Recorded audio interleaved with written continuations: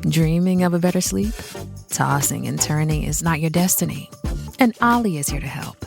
Ollie invites you to sink into sweet, sweet slumber to improve your mental and physical health and overall wellness. More than just melatonin, Ollie's ingredients help you unwind your mind for a delightfully dreamy drift off. Sleep is on the way at Ollie.com. That's OLLY.com.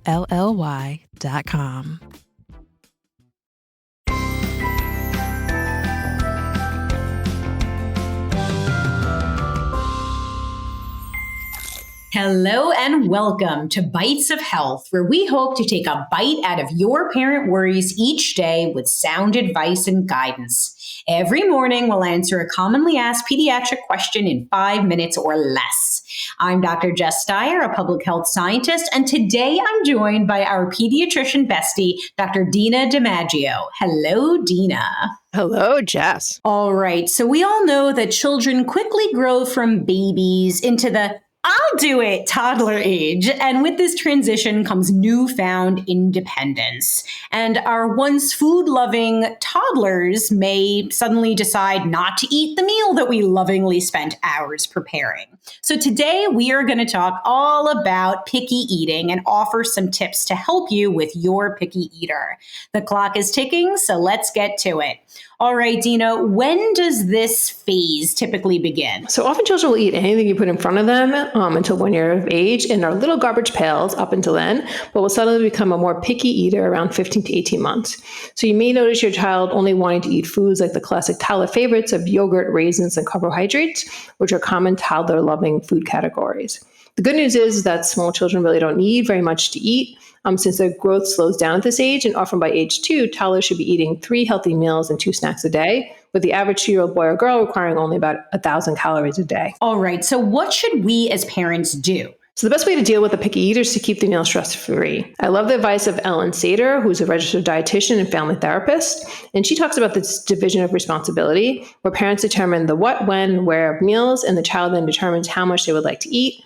So a parent's role in feeding includes making the food, offering the food and drinks only at meal and snack times, besides obviously water, and leading by example and not catering to children.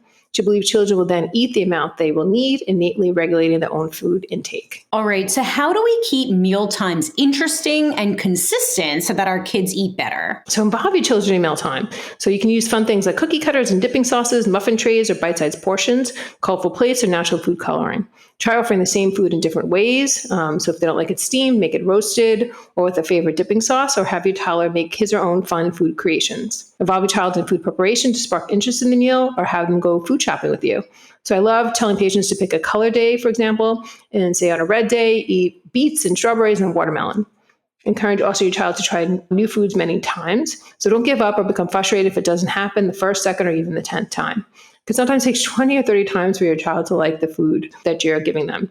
And also offer small portions of the new food with old favorites. Over time, kids may grow to like foods that they initially avoided. And there's no, obviously, reason to become a shorter cook at mealtimes for your picky eater, since this may further encourage bad behavior. Offer 2 healthy choices, and if rejected, just try again tomorrow. Toddlers will be okay and will not starve if they skip a meal or 2 once in a while. Minimize distractions at mealtime, such as television and tablets. Serve meals and snacks in a routine way, preferably at a table with others, and avoid snacks or sweetened caloric beverages, such as juices and sodas, between those times. All right, so how can we as a parent be role models for our kids? So model the behavior you would like to see in your children. If you expect your kids to eat a plate of veggies, you should also serve yourself veggies and not give them broccoli where you are chowing down on a bunch of Oreos. So if you're stressed, your child will feel it, and the meal itself may be a stressful experience, so causing a battle that you will always lose. So are there things that we should monitor if we do have a picky eater? Yeah, so definitely monitor your child's growth along with your pediatrician. If you're concerned he or she is not eating enough, you can always speak to your pediatrician to review your child's daily intake. So pediatricians will plot your child's height and weight on a growth chart to determine if they are following, give or take, along a consistent percentile.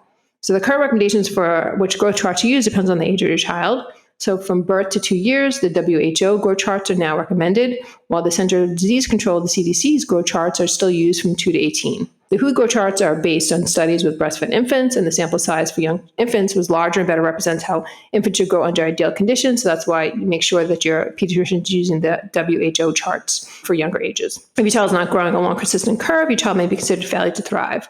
So it's a term used by pediatricians to describe a child that is not gaining weight as expected for his or her age. So typically it is defined as a child whose weight has crossed 2 percentiles. So an example would be if your child was growing at the 75th percentile and has dropped to the 25th percentile for weight or age. There are many reasons why a child might not be gaining weight, so it's necessary for your child's pediatrician to assess his or her nutritional intake and take a history to decide what further testing, if any, is needed. All right. Well, I learned something. We hope you learned something, and we have lots more to share. You can get your Bite of Health every day, Monday through Friday. If you like what you've heard here, let us know. Leave us a review on Apple and be sure to tell your friends. Remember, there is no single or best way to parent. Parenting is a journey, and we are all just doing our very best. We wish you happy, healthy, and stress-free parenting.